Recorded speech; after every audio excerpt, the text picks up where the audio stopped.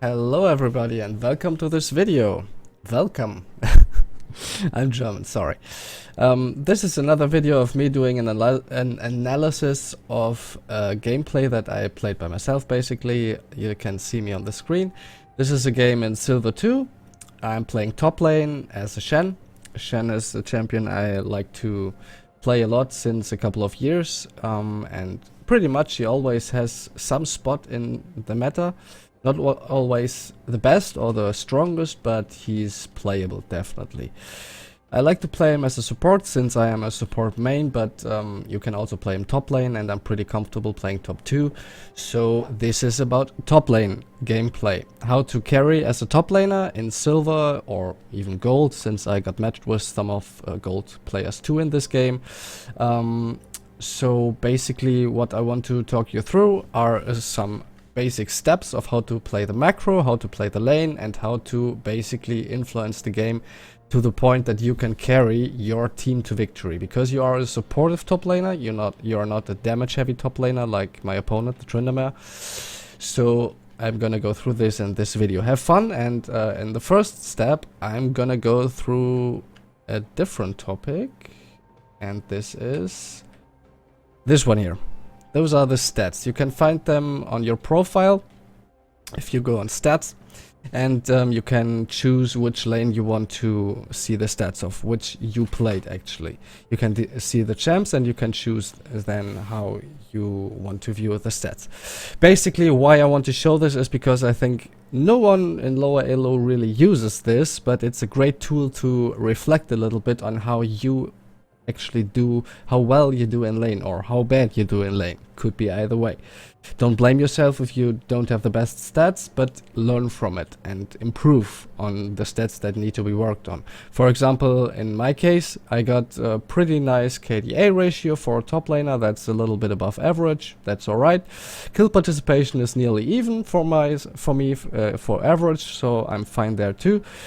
Utility score, I am a lot higher than the average in my elo, which is pretty nice because this gives me an advantage over most of the other top laners. I'm gonna talk about this in a different video because that's a whole other topic than I want to put this video on. I just want to put a little bit focus here before we go into the game. Damage per death is a little bit above average, but it's fine. And damage share is lower than average. So here I can take away from, hey, I need to work on that. I need to get a better damage share in game. If you have questions about all that stuff here, just please post in comments below. I want to jump into the game right now, then I can make a different video about this if you're interested. But now let's focus on the game. So I'm gonna play the replay since I want to focus in game. That's why I don't do live recordings here, and it's a little bit easier to explain the macro and all the stuff that happened afterwards. So let's go. Basically what you can see in our team compositions is their team composition plays for catch. Like they have a catch composition. Tryndamere wants to split, Fiddlesticks wants to catch people, Twisted Fate wants to catch people, Varus has an ultimate that's perfectly to catch people, and Morgana too. We on the other hand have a team fight composition, or a tag composition if you want to put it that way. Like all our champions are dependent. I'm just gonna toggle the sound a little bit, this is really loud, sorry. Like all of our champions depend on ultimates and on the 5v5. Vayne doesn't want to skirmish, she wants to get peel in the fights. Orianna has a perfect ultimate for a team fight. Olaf is perfect to run enemy backline down, and I'm there of course in team fights to shield my carries, like to protect them and to peel for them. So basically we're gonna focus a little bit on top now. What I told, you can't see that right now, but what I told my teammates and Olaf before the game started was that they don't have to, or rather they must not focus on me playing top lane or ganking top lane at any point of the game. Why? I'm gonna tell you, it's pretty simple, because this matchup here is all dependent on that I don't feed and Tryndamere doesn't get the split push that he wants to get, because Tryndamere is all about pushing the lane. He wants to be lane dominant, he wants to push in the lane, get the towers as early as possible, get as much gold out of the plating so he can snowball and roam to other lanes. And my only job is to not let that happen. So basically I have a perfect champion to to match Tryndamere in lane, to just stay safe, and also duel him when the game goes a little bit further, like when I get my Tiamat and stuff. So what you can see me do now is, like, the Olaf knows, okay, Olaf knows he doesn't have to cover top lane at all, or to go top lane. I didn't want him to gank me at all, so he can focus on invading the Fiddlesticks, which is pretty nice for him because he knows I will ping him. Like you see, he already got first blood on Fiddlesticks. I will ping him if Tryndamere is missing, which I did. I hope. Okay, I don't think I did actually. No, okay. I do mistakes too, whatever. I forgot to ping him, but he came out alive, so it's okay. I took the wave under the tower, which is pretty important. Like, the Tryndamere has more damage and more trade potential than I do. Like, I have my Q and my E, or maybe my W to block his auto attacks for a while, but basically that's it. And he has constant damage. Like, he has much more DPS than I have. So the longer the fight goes, the lower the chance for me is to win it, or to win the trade, or to win the fight even. So what I do is I let him push in my lane, and if he engages on me like this, I trade on him, which I can do perfectly because I have my W to block further auto attacks. And in the beginning, like, as you can see, I'm a little bit bold here because I have early damage on the Q. Then I'm fine in the lane. So basically this is an island right now. I won't let Tryndamere push in. He's a little bit greedy and wants to farm, of course, but basically top lane is evened out. Like, my team doesn't have to worry about top lane at all. I will mess up a gank later on when Olaf tries to gank, I think. Or maybe I don't remember yet, but we're gonna see anyways. So we can focus a little bit more on the other lanes. I'm gonna talk about some points on this matchup specifically too, but later into the game. So first, let's see what Olaf does. He knows top lane is okay, so he doesn't have to care about top lane. I told him to focus on mid and bot lane. Why? Pretty simple. Varus and Morgana have a pretty strong early game against a Vayne and a Thresh, because Morgana can block the Thresh Q with a black shield, as you can see, and Varus, when he gets level 6, can easily catch out Vayne with his ultimate, and so can Morgana. Either of those champs, like Morgana and Varus, if one of those champs ult, the other one can follow up easily. So basically, bot lane is in danger of getting killed. Olaf can put a little bit of security there, so that's fine for them. Orianna, on the other hand, is a very defensive mid laner. Like, she wants to farm, she wants to scale, to get good team fights. As I said, we have a team fight composition for late game or mid to late game, and so she's fine there, getting the backup by Olaf. So if Fiddlesticks ganks her, basically Olaf will be nearby. So Orianna is fine too. As you can see, both of our lanes, like mid lane and bot lane, got an early advantage, which is pretty comfortable for us, since we stop the enemies from snowballing. There you can see I messed up the taunt, flashed for no reason, and Olaf was a little bit like, nah, why did I even come top lane? But, well, I told him not to, so it's either way. Anyways.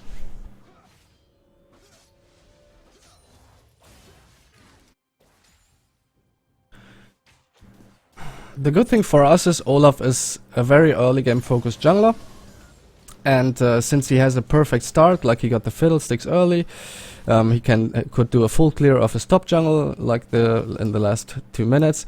His bot jungle is up again. He is pretty comfortable at sitting at the lead at the moment.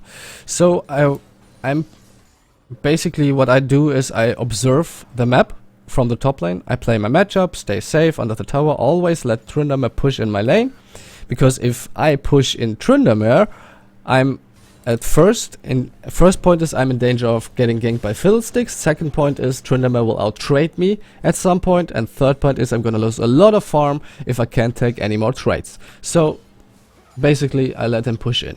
What I did, like Tryndamere based and got his Tiamat, and I based and got my Tiamat too.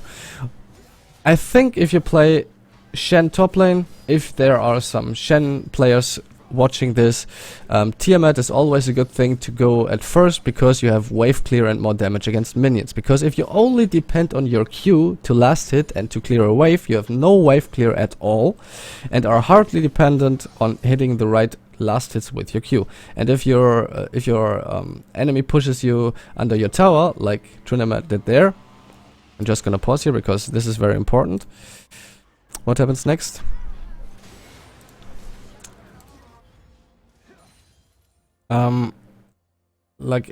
If he pushes you on the tower, you're gonna lose a lot of farm, basically. And if you want to trade with your opponent in lane at all with Shen, you're not gonna get that through purely the Q. You're basically gonna be able to like trade a little bit back, but you're not gonna offensively be able to trade into, for example, a Tryndamere if you don't have damage like from the Tiamat.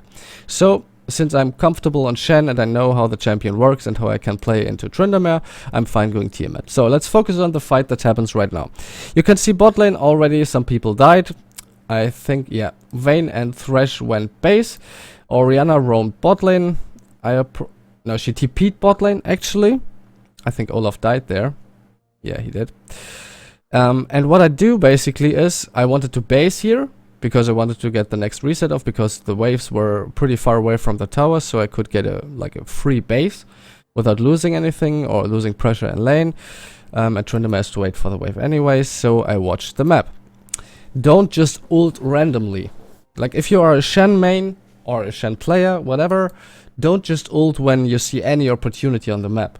Like you see, for example, your mid laner is low, but you're pushed in under your tower, there's a whole wave stacked up really big, and there's a slight chance that you might return kill in mid if you go for the ult. Don't do that. Like in this situation here, the setup is perfect for me. I see, okay, Twisted Fate ulted bot lane, Orianna is pretty low, used TP, like she has to fight Twisted Fate anyways, she can't get out here. She has flash, which she will be using soon, but I see an opportunity there. So what I do is I start to clear out the minions as fast as I can. I watch the fight. I still don't feel comfortable to go in, but so that's why I tried to base. But now I see the opportunity because Orianna got under tower. I'm pretty sure that Twisted Fate wants to get Orianna. So I go in, I ult her, save her, and there we go on to the next kill on Vayne. Of course, I give Vayne the kill because she's our late game insurance and our team fight win condition, which our composition wants to go for. We want to go for 5v5 team fighting in mid to late game. So this is perfect for me. I support my team and I carry in this case already because Vayne gets fed through my play. And Orianna, of course, doesn't lose her life. So what I do now, I go back to basic farming. Top lane, used all my spells, used my ultimate, my summoner spells, sorry, and this is really like the most stupid thing to emphasize because it's just always the same. It's farming, farming, farming. A little bit of trading. I think I will solo kill Tryndamere later on too because, well, Shen is... I would consider him a pretty nice matchup into Tryndamere, not a counter especially. Like, you can't counter a Tryndamere with a Shen. Don't get me wrong there. It's just a good matchup, it's a playable matchup. Because Tryndamere can't interrupt my ultimate or my TP, like if I want to roam, because that's what I want to do as a Shen. So it's okay for me. You can see I push in right now, which is because I know Tryndamere based. So he doesn't... I don't want him to catch this wave. That's why I hard shove the wave under the tower, so he loses as many minions as possible. As you can see, he only loses 2. He gets the rest, so better than nothing, I guess. I clear out the vision. Normally I don't really care about the vision here, as you might have seen in the minutes before, because I'm under tower anyways. And I don't want Olaf to gank me, so the only reason to put vision anywhere nearby is to the Herald. Which I don't do because we have an early game advantage and I want to focus in lane and focus on the team. So I don't want to lose any minions here, and I don't want to allow I don't want to allow Tryndamere to split, like to push That's like he does a lot of damage. If I go here to put vision, at the same time Tryndamere is gonna hard shove the wave on the tower, I'm gonna lose farm, and he's gonna maybe take a plating. Because he has got the damage and the attack speed to do that. So that's why I basically keep playing the lane as safe as possible and as steady as possible, not allowing Tryndamere any split or any push. Tryndamere is roaming mid now. I pinged them to be careful. As you can see, like, always ping the shit out of your teammates, please. Don't write in chat, don't be salty, don't insult anybody, or don't tell anybody they misplayed, or I read so many dumb stuff in chat in games. But just ping the shit out of your teammates when either your lane is missing, or you know that somewhere else on the map, or maybe in your own lane, is danger. Like someone is getting ganked or something, whatever it is. Something you consider important enough to mention or to focus in the game, so that you have to ping your teammates. Just ping the shit out of them. If they tell you like, don't ping me, who cares? Ping them. They can't stop it. They can mute your pings if they want, but you did your best then, you know? That's basically what I do in this game too. You will see that later on, and in this game actually, I think... No, it was a different game, okay? In a different game I was playing with a Yon, and he told me to stop pinging him. But I don't really care, because I did what I could to like warn him and help him, and it worked. So, yeah. As you can see, we're pretty far ahead now. I'm pushing in lane because I know Tryndamere based, and I want to push in the minions, so I get a plating and he loses some farm. And as soon as I see Tryndamere, I let him push in again. Why? Because for the same reasons, the exact same reasons as in the beginning as I mentioned in the beginning. He tried to interrupt me there, but that's what I meant. Like, I'm okay with that. He doesn't have any CC, so I can like TP or can ult at any point in lane. He doesn't have any tools to stop me from that. Well.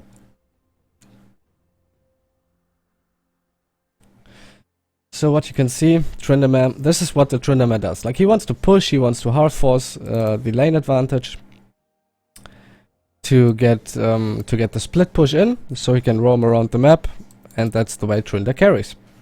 And of course he wants to pick people out solo, so he gets the kills. And I don't allow that.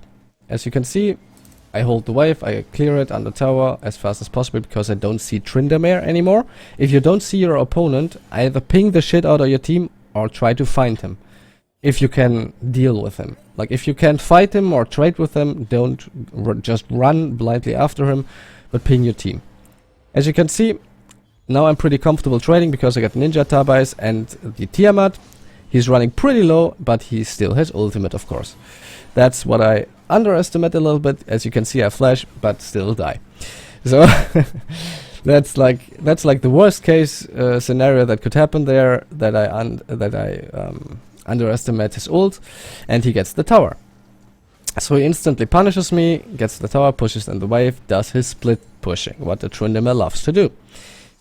But since I did my job pretty decently up until that point, like I gave Olaf the freedom to focus on mid and bot lane and on his jungle matchup, which he already won very hardly, and he snowballs, my team is pretty much enabled to do very soon the 5v5 fighting, which we want to do, which we want to hard force, and the enemies don't want to do. So I'm okay with like being pushed in, and with Tryndamere taking the tower and maybe the camp there. It's alright for me, because I still do my job. Like, I still can like protect my team if they need me to do. But as you can see, they are pretty fine now, since Fiddlesticks has no chance of really impacting the map anymore, because he's so far behind, and he built no smite. No jungle item. I didn't even recognize that in the game. Wow. That's a pretty troll fiddle. But he got smite, so I don't get it. Whatever.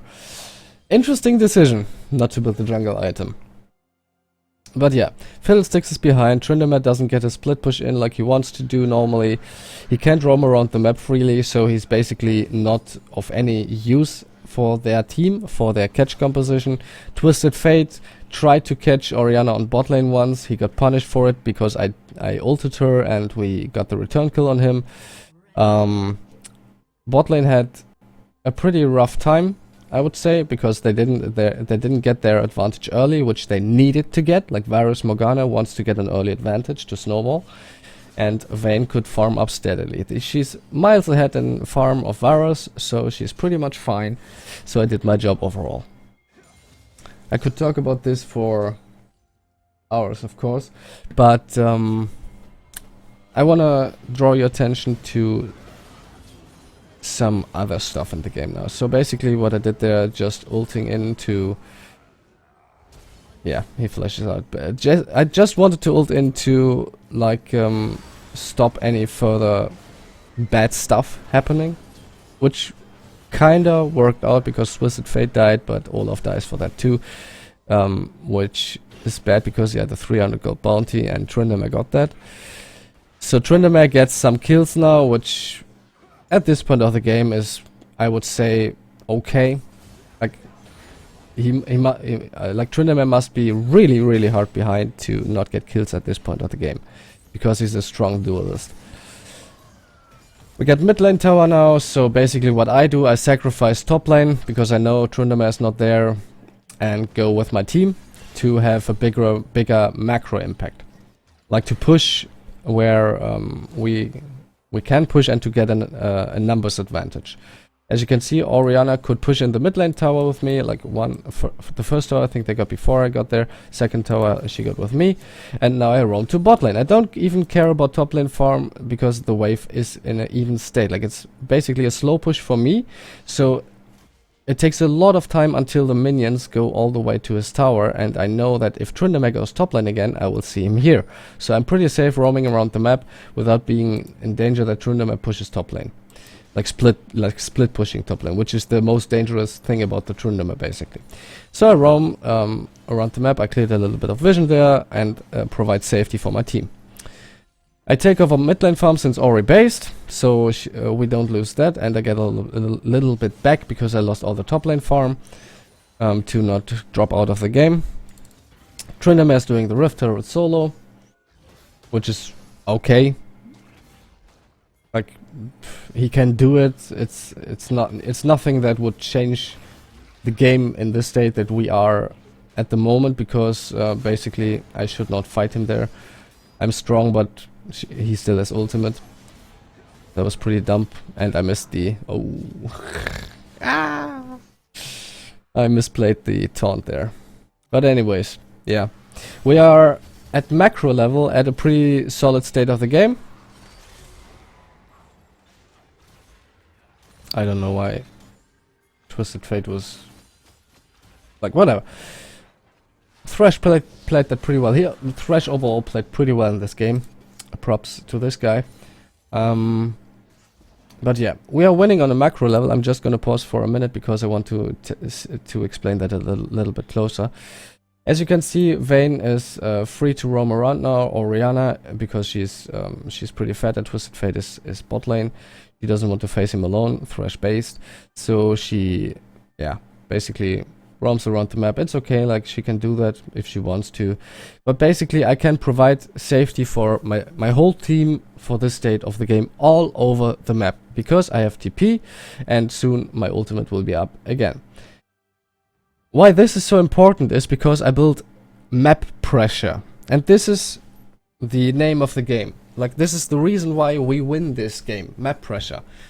It's not like the individual matchups. Of course, we snowball pretty hard, like Olaf and Orianna are pretty good in the game, pretty ahead of their opponents, but which is much more important is we have map control, we have map pressure.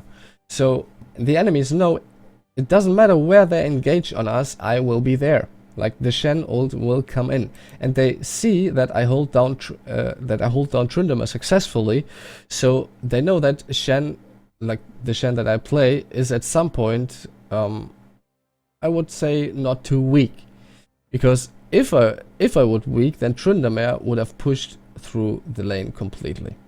Like if Tryndamere would have gotten tier 2 already, basically the enemies would have the map control. That's why my matchup in this game was so important and so crucial to be played well. And this is why I told Olaf not to focus here, so I can hold Tryndamere right here. Because if this one would be down, Tryndamere would be all over the map. Because he wouldn't have any agency to go top lane if he doesn't need to, you know? And I can't go top lane because I would have no towers there. So, the macro level is the deciding factor here. Basically, Orianna can go wherever she wants. Wayne can go wherever she wants. If a team fight breaks out, I will be there. And as I mentioned at the beginning, we want to team fight. Because that's our win condition in this game. The 5v5. The win condition for the other team, on the other hand, is basically like they ran out of time and out of options, of course. Tryndamere is good in the game, I would say. Like, he came back a little bit from like the time where I was holding him down in lane. He's doing a good job so far, but even though he can't split push correctly. Like I said, we have the map pressure, we have the map control. He can't just go and split push anywhere because he knows he would die.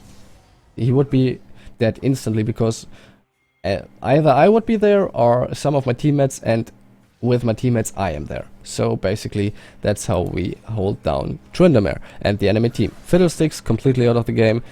Twisted Fate doesn't have a lot of options to go to. I'm already here ulting into the team fight because that's what I was waiting for. Like, I was holding ult my down for... That was an interesting sentence. I was holding my ult down for the team fight to happen, and it just happened right here. Five people of us forcing... like, we hard forced the team fight there because we want to team fight, like I said. And now we have a free way to the Baron. I think we got the inhib. Yeah, we got the inhib too, which is perfect.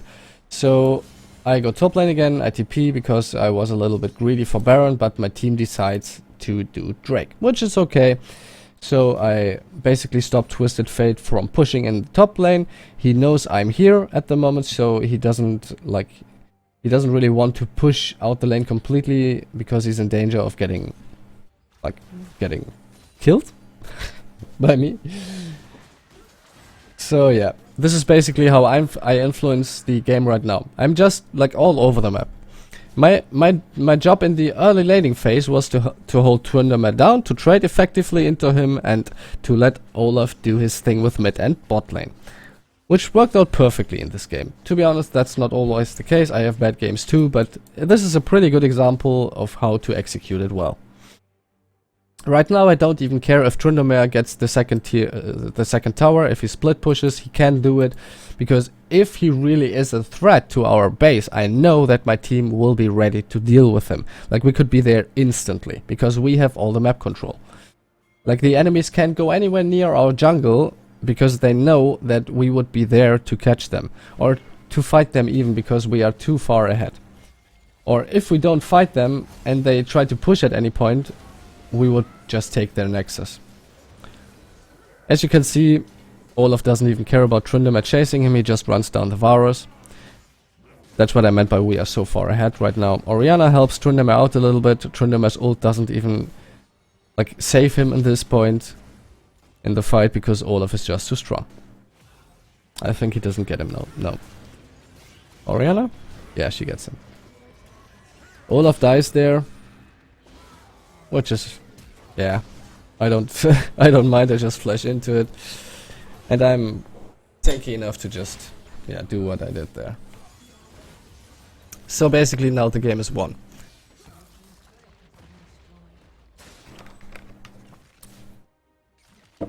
If you have any questions about any topics in this game or anything you want me to talk about in further videos, please post some comments below. I would really like to do that, because I love feedback at any point. Just don't be like personal criticism stuff, and which is just personal without being about the game. Just leave that out of the comments, please, because I will delete it anyways.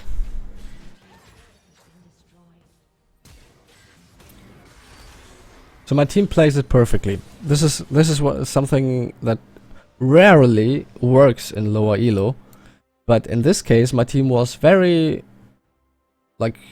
focused, and they put it off. They how do you say it?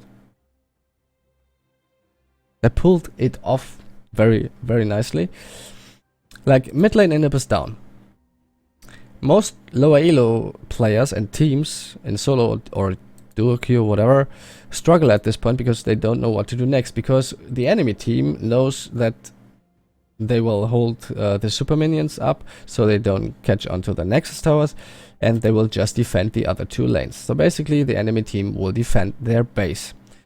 And most teams in lower elo, in solo queue especially, don't know how to crack open the base then. So what you have to do, like this is a perfect example of what you have to do then, is split up the enemy team. We want to team fight, of course, but we can't just, of course we could at some point because we're strong enough, but in theory, often you just can't force the 5v5 because they just stay on the tower. So what we do is we split up our composition. Olaf just base, but it's gonna turn into a 1-3-1 or 1-1-3 in this case, because 3 people of ours were bot lane, 1 is top lane, like the Vayne is top lane, and Olaf goes mid lane. What that forces is the enemies to split up, basically, so we can push in lanes more easily, because then we can use our advantage, like the 9-0 Orianna or the 10-3 Olaf, or even me being pretty stable in this game, to just push in easier, because they can contest us then. S5 is always a little bit easier to defend than as if you're just like 3 members against 3 other members that are a lot stronger than you. So that's what we did there. Orianna TP's bot lane. So we have 4 people now here. And Vayne is top lane. She's splitting it. Like 4-1 is the other option. Like you can play 1-3-1. 1-3-1 basically means 1 top lane, 3 mid lane, 1 bot lane. With a Cassidy in a late game, for example, this works perfectly. As a win condition, of course. Or you can play 4-1. So that means, for example, 1 goes top lane, 4 go mid lane or bot lane. Or 1 goes bot lane for the other way around. Whatever you want to put it.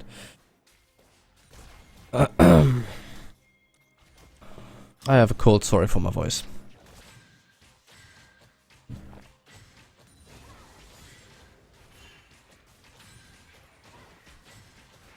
Of course we want to force Baron now, because we know that this is the only way to crack open that base, because the enemies are defending hardly at the moment.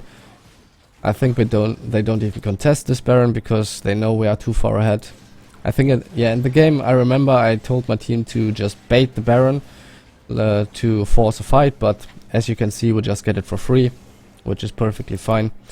Also a thing, like if no one on your team does shot calling, do it, like all the time. Even if it's bad, it doesn't matter.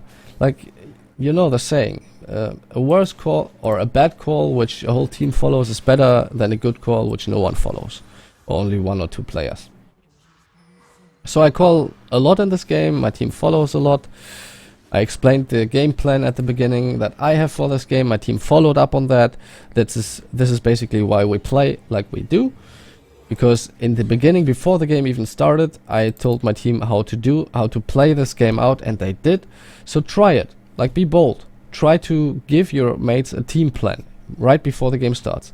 Maybe they go for it, sometimes they won't. It's okay, don't mind. But if you can, and you know how to win a game, like I explained in this video here, like what our win conditions are, what our compositions are looking for to fight, and how we can win the game, and you know how to make the right calls, then just do it and see if your team follows up. If they don't matter. You did what you could, but try. Like, don't just like be quiet all game long and afterwards like complain about your teammates or something. If you can do better, do better. So basically we have Baron now. We want to have the final push here, which we get because the teammates, the enemies don't really try to contest the last push here. We get free mid inhib, free top inhib. Tryndamere is somewhere else around the map, tries to contest the Drake for whatever reason, doesn't even get it. I think Olaf kills Tryndamere in this scenario. Twisted Fate is pushing bot lane. I don't know why. I think maybe he's gotten mentally boom. Yeah, Olaf gets the solo kill on Tryndamere here, and we push in the Nexus towers and get the Nexus, and that's about the game. So, sorry.